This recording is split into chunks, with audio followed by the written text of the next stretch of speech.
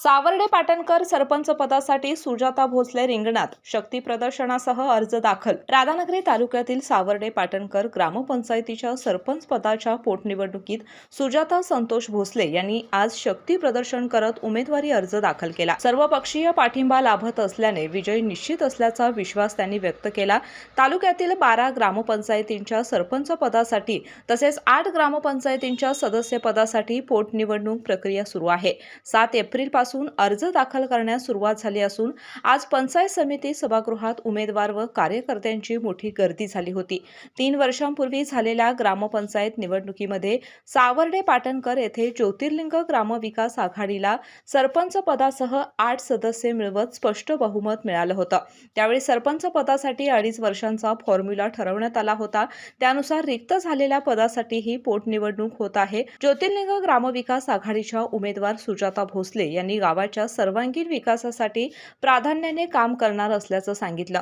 काँग्रेस, राष्ट्रवादी काँग्रेस, भाजप, जनता दल यांसह सर्वपक्षीय कार्यकर्ते व ग्रामस्थांचा पाठिंबा असल्याचा दावा त्यांनी व्यक्त केला। दरम्यान ग्रामस्थ सम्राट शेंडगे यांनी आघाडीतील पूर्वनिश्चित समझोता कायम असल्याचं स्पष्ट करत विरोधकांनी गावावर निवडणूक लादल्याचा आरोप केला। ज्योतिर्लिंग ग्रामविकास आघाडीच्या मार्फत आपण 3 वर्षापूर्वी आपल्या सावर्डे पाटणकर गावामध्ये आपण निवडणूक लढवली होती आणि या निवडणुकीमध्ये ज्योतिर्लिंग महाविकास आघाडीचे साधारणतः 8 सदस्य आणि 1 सरपंच निवडून आले होते। 2.5 वर्षाचा फॉर्म्युला ठरलेला असताना आपण त्यात 2.5 वर्षानंतर दिलेल्या राजकीय जे आमचे नेते होते त्यांना जो निर्णय होता, राजीनामा होता, तो देणं अपेक्षित होतं, पण त्यांनी तो दिलेला नाही आणि त्यामुळं आपल्याला हे निवडणूक लढवणं बंधनकारक ठरलेलं आहे। हा आमचा अंतर्गत जरी वाद असला तरी विरोधकांनी आम्हाला ह्याच्यामध्ये सहकार्य करणं अपेक्षित होतं, पण शेवटी गावावरतीच त्यांनी काय केलेलं आहे, निवडणुकीचा जो बोजा आहे तो टाकण्याचा प्रयत्न केलेला आहे।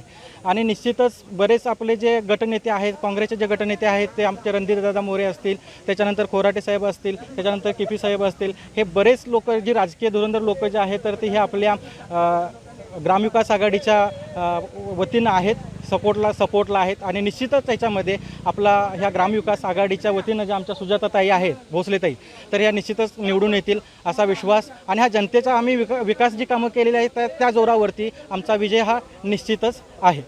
उमेदवारी अर्ज दाखल करताना ग्रामपंचायतीचे सर्व सदस्य व ग्रामस्थ मोठ्या संख्येने उपस्थित होते। केके न्यूजसाठी राधानगरीहून मिलिंद कांबळे।